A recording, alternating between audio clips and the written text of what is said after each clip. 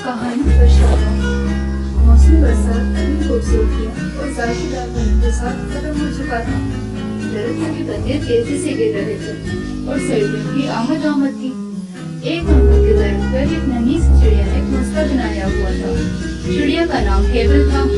इस घोंसले में इसके बच्चे रहते थे, मगर जब वो बड़े हुए तो एक दिन हेबल को बताए बगैर ऐसे उड़ गए कि वापस ही न आए। नन्ही हेबल पहले ही इनकी वजह से उदास रहती थी। फिर जब सर्दियाँ आई तो बाकी परिंदे भी अपने अपने घोंसलों में दुबक गए। अब इस अमरूद के पेड़ से अमरूद भी तकरीबन खत्म हो चुके थे। बस एक आध अमरूद बाकी रह गया था।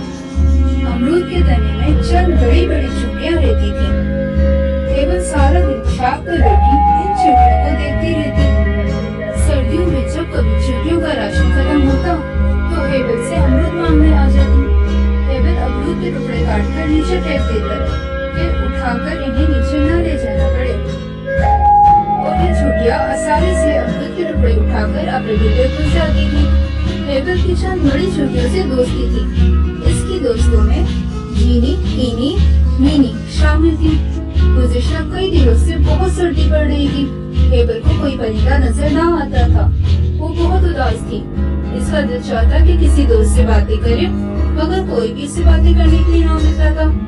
इसने सोचा, चलो जीनी, टीनी और मीनी से मिलती हूँ, इनसे बात करती हूँ तो तबीयत खुश हो जाएगी। हेबल नीचे आई और चूड़ियों के बिल के बाहर आकर आवाजें देने लगी। जीनी बाहर आओ, टीनी मैं हूँ। कोई बाहर न आया तो इसने फिर आवाज लगाई, मीनी देखो मुझे तुम्हारी जरूरत है, मैं हेबल हूँ। मगर वो तो सब अपने गर्म बिस्तरों में मजे से लेटी गर्मियों के जमा शुदा फल और खुश्क मेवजात से लुत्फ अंदोज हो रही थी। वो सब खामोश रही, कोई भी इसकी बात सुनने ना आई। कई दिन गुजर गए, हेबल कमजोर होती जा रही थी। कोई इंसान बाहर नहीं निकलता था। महीने भर से शदीद धुंध और सर्दी ने इंसानों को भी घरों में कैद कर दिया था। कुछ लोग बीमारियों के खौफ से भी बाहर नहीं निकलते थे। हेबल बेचारी का सर्दी और उदासी से ये हाल हो गया था कि वो उठकर चल भी नहीं सकती थी, कुछ खाने को भी दिल नहीं चाहता। फिर एक दिन जब चूड़ियों का खाना खत्म हो गया और वो अपने बिस्तर से उठी कि खाने के लिए ढूंढे, मगर बाहर तूफानी बारिश से हर जगह पानी जमा हो गया था। यहाँ तक कि चूड़ियों के बिल में भी गुस्सा आया और इन सबका खाना खराब हो गया। चूड़ियाँ सर पर पाँव रखकर भागी। अब सिवाय इस पेड़ पे चढ़ने के इनके पास कोई बचाव की तदबीर न थी, न कुछ खाने को था। अब वो जल्दी से घोंसले के पास गई और हेबल को आवाज देने लगी, मगर कोई जवाब न आया। जीनी ने आगे बढ़कर देखा तो वो औंधी गिरी हुई थी। तीनों ने अंदर जाके उसे सीधा किया, मगर वो तो बेसुध पड़ी रही क्योंकि हेबल मर चुकी थी। इसके पास चंद टुकड़े अमरूद के वैसे ही पड़े हुए थे।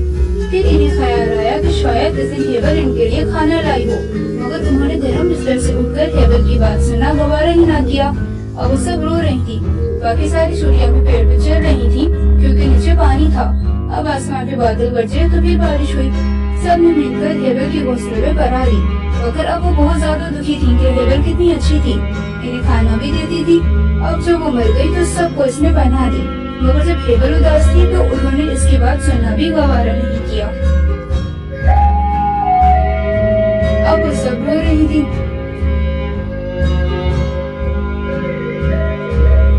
अब सब परेशान थी कि हाय अल्लाह हमें माफ कर देना, हमने अपनी दोस्त की परेशानी में कोई मदद न की, मगर अब इनके पास रोने के सिवा कोई चारा न था। बच्चों, सब सर्दी में अपने आसपास का ख्याल रखें। किसी बच्चे, बूढ़े या गरीब को आपके मदद की जरूरत तो नहीं, ताकि आप उन्हें कभी पछताना न पड़े। अपने इर्द गिर्द के लोगों का ख्याल रखें।